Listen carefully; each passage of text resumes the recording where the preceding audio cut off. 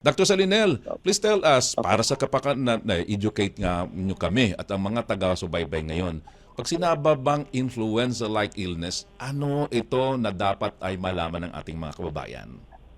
Okay, siyempre, yung influenza-like illness ay isa pong sakit na nakukuha natin po sa dahak, paglura, sa hangin, okay, pagbahing, okay. Kaya po sinabing influenza-like illness, kasi nga po, hindi pa natin matukoy kung ito ba'y talaga ay tunay na trangkaso, tunay ba itong influenza, flu, o baka naman COVID na ito, o Ganyan, baka dengue nako, pala mas ito. pasensya No. mapuputol ko kita. Yun nga itatanong ko din, ano. Ano nga ba ito? Yung pag sinabi, ito ba'y parang COVID nga ba?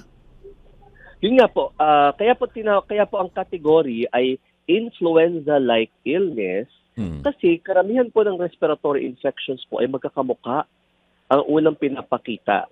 Okay? Until matrace natin or magawaan po na tinatawag natin respiratory panel or respiratory test para matukoy kung talagang tama nga po, flu nga po itong pinapakita ng pasyente. Kaso nga lang po, pag tayo po ay nag-request ng mga viral panel, ay napakamahal po noon. Kaya nga po, ginawa na lang po isa ang diagnosis, influenza-like illness. Okay? Pero isa-isa lang, pare-pareho po halos po ang preventive measures dyan. Kailangan po mag-mask, malinis ang kamay, mag-alcohol, palakasin ang resistensya, iwas po sa mga ubot-ipon, iwas po sa mga matataong lugar o congested na areas kasi ito po ang mga dahilan para po kumalat itong mga sakit na ito. Yung bang pagbabakuna bago dumapo sa iyo ang pinaghihinalaan, di ba? Influenza-like illness na yan. Makakatulong ba, Dr. Salinel? Kung malaki-malaki po, isa po ang vaccination or Mm. bakuna po, ang Oo. malaki na iambag po sa medical history. Okay? Malaki po. Kasi kung hindi po dahil sa mga bakuna, tandaan niyo po, kung hindi dahil sa COVID vaccine, siguro kalahati po ng mundo ay patay na. Alam mo Nako. na, mga ganun tipo. Nakaka Kaya ganun din po. Kaya ganun nakakabigla din naman po. yung binanggit nyo, ano? Opo, hindi Hindi, biro po yun. oo Tandaan nga. po niyo, the last pandemya, Opo. bukod sa ating time, 2020, ay 1918. 1918, 188, ito po opo. yung Spanish flu. So, again, flu na naman tayo. Oo. Spanish flu, di ba? Ang dami po namatay. No, if we're going to trace the history, napakarami po namatay dyan.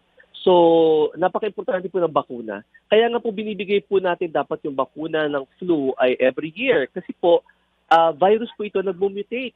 Yung pong bakunang binigay po sa iyo ngayon ay pwedeng hindi na po epektibo next year. Ako. Okay? Kaya Kaya pala, po, taon-taon ba ang once a sinasabi year, nyo? taon-taon po, Oo. binibigay po ang flu vaccine. Mm-mm. Iba naman po yung pneumonia vaccine. Pneumonia vaccine naman po, at pneumonia naman po yun. May every 5 years, merong lifetime. May ganun po. So, kailangan po talaga, ito po yung magbibigay sa atin ng paunang proteksyon. Opo. Ito pong pagpapabakuna natin. So, kung tayo po, pero gusto kong linawin muna po ang, hindi ko po kayo nabigyan ng flu vaccine, ay hindi kayo magkaka-flu. Ibig Okay? sabihin, Pwede kayong dapuan dapuan pa ng rin. flu, Mm. dadapuan pa rin kayo, pero ang maganda doon, madali kayo makaka-recover, kaunti lang ang complications, madali kayo makakabalik sa trabaho. Well, ako'y naniniwala dyan, nakaka-relate dyan. Dahil ako dyan sa inyong binabanggit ngayon, sa inyong experience at sa mga, lalo na pagka nakakaharap niyo mga pasyente, anong mga tinatamaan ngayon nitong anong klase ng mga edad? Anong edad yung mga tinatamaan o dinadapuan ng influenza-like illness na ito? Lahat po. Wala pong Wala nang ini-spare. pinipili.